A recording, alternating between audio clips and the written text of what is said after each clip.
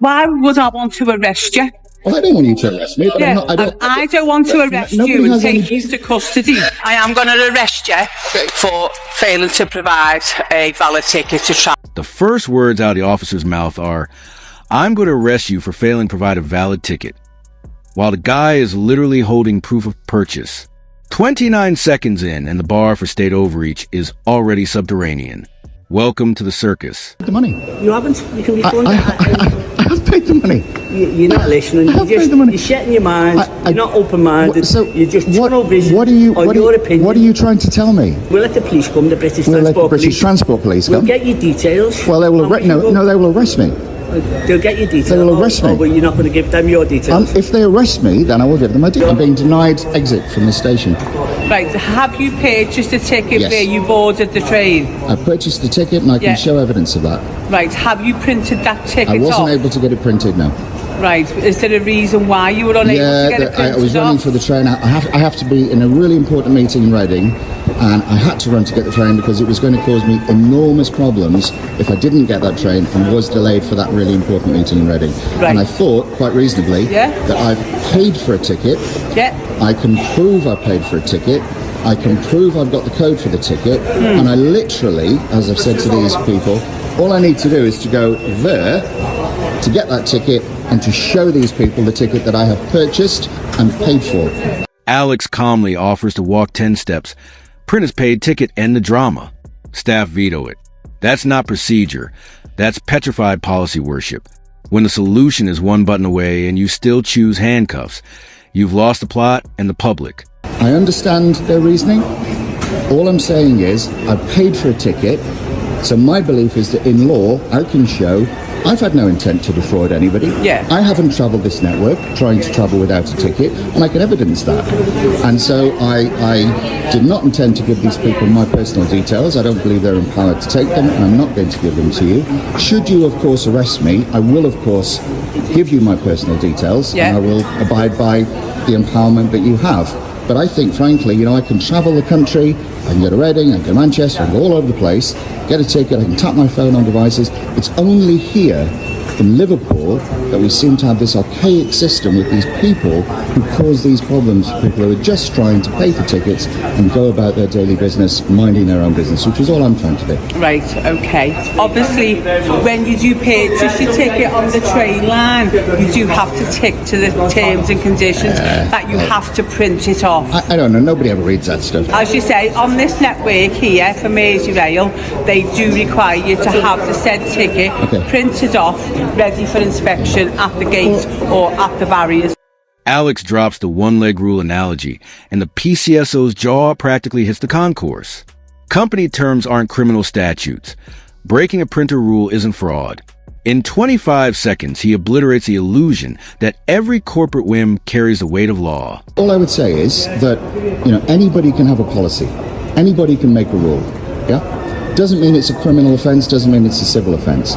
I don't believe I've committed an offence. I mean, they may think I've broken their procedures and policies, that's fine. I don't believe I've committed any offence because I've paid money for a ticket to travel and I can prove that. Yeah, so where is my offence? No, but you have got your ticket, but you've not printed the said ticket off. Where's my civil or criminal offence? But you should have printed it off before you travelled. You could say you've got to stand on... Sorry to interrupt. No, it does say, obviously, on the train stations and on the trains, that you have to have your ticket ready to present to these guys.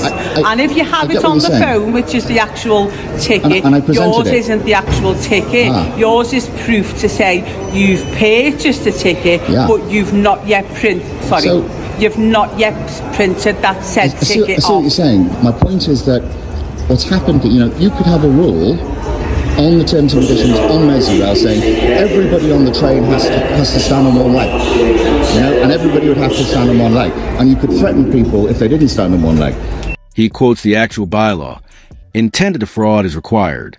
Officer has no counter, just blinking silence. 34 seconds of live legal autopsy. No mens rea, no case, no crime. That's checkmate in plain English while the camera rolls.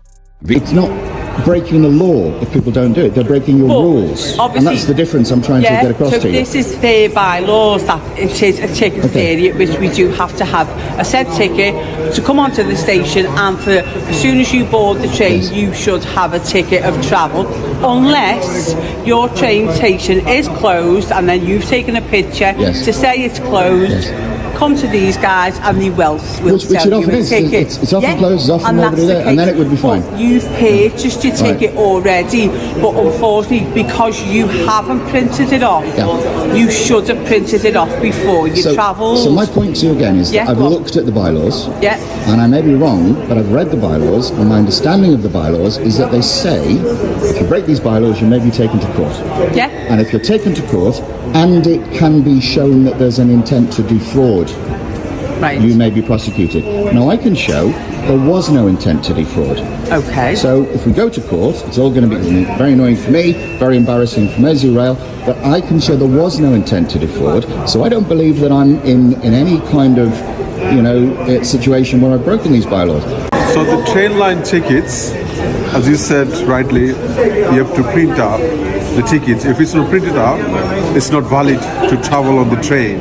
I know this is what the lady said to me. It's not valid on the train. And what I'm saying is that Can I just explain to you? Yes. What happened is sometimes people buy train line tickets. Yes. They don't print it. They do the journey. They complete the journey. Yes. What happens is they get refunded. Well, that would be terrible. They get refunded. That would be terrible. Okay, so some people does that. Okay, I'm not saying you do. No. Your intention to do that. Specifically, on these occasions. Specifically, I asked these people to let me go just over there. Okay. To print the ticket. And they would see I'd printed the ticket, and they would know that it had been their paid. understanding would be if they went here, you would have done the journey, and you got the refunded as well from the train line, which some people does that. Circular stupidity captured in one breath. You won't let me print it, therefore I lack it, therefore you're arresting me.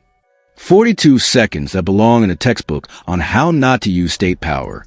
Kafka couldn't script it tighter. You can deal with them as a civil matter, as you said. Yes. Yeah. You can give you details to them. Well, I'm not going to do that. And if you don't, then the police get involved.